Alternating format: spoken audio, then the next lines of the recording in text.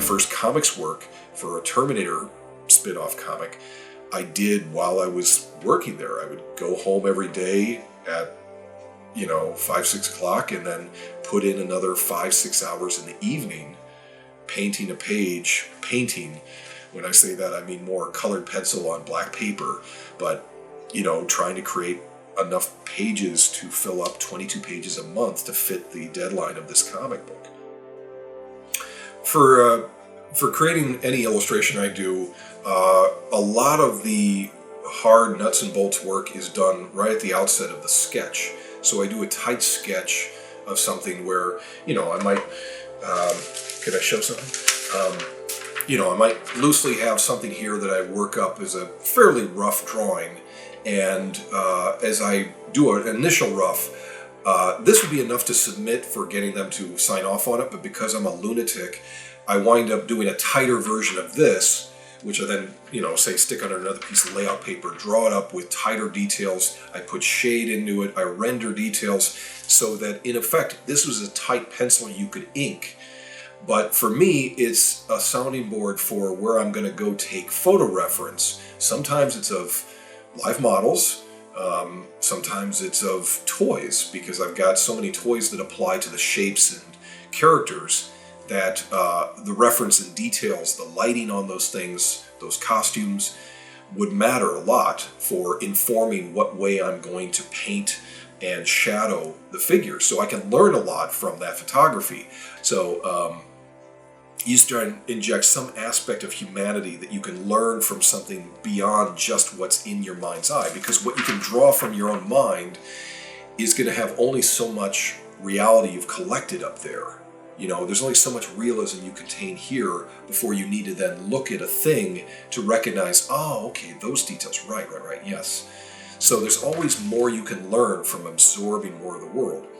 So as I then go to the process of putting on paper, I blow up my tight sketch to the full size of the painting I do, about usually 12 by 18 for an average cover, and then import reference, like I'll have photos that'll be just sitting here, because I still don't work on computer or anything, and I'll sit here and look at the photos and try and transplant those details I'm learning from the photo onto my final piece of art.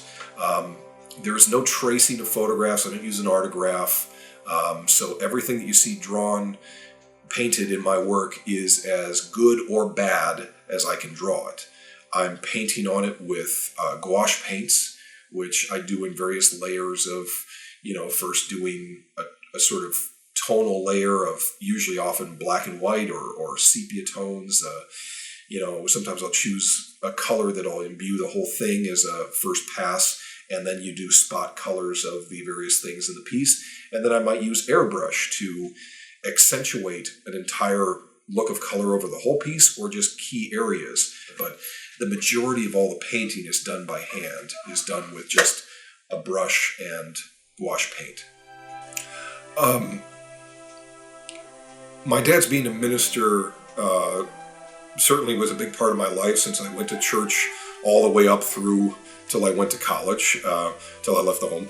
And I always admired him, even if I wasn't necessarily drawn towards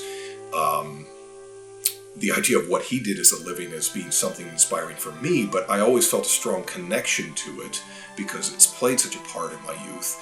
But it was also the kind of guy he is. He's got a strong social conscience to him, and his words, his sermons would speak towards a general spirit of right and wrong as inspired by the parables in the Bible. And my favorite project to work on was Kingdom Come because it was so personalized. Using my father as the main character made it feel like this is one for the ages, that it'll mean something to me personally, it might mean something more to my family, I felt that it should have resonance because to me it felt important creating a story that would now stand as the last great superhero battle or some such thing.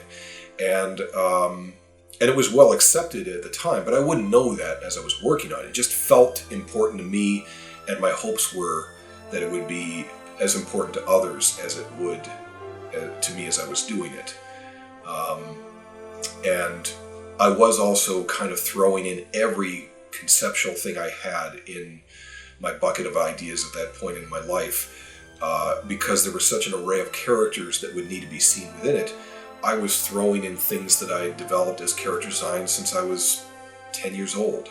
So, an odd, terrible design for a character, I would just make a character in the story. I needed more in the background. Like, somebody has to be fighting here, I'll make that one. And then I could tell the story later, like, yeah, I created that when I was 10. Nobody cares, but, it could be a grab bag of everything of my life brought to fruition.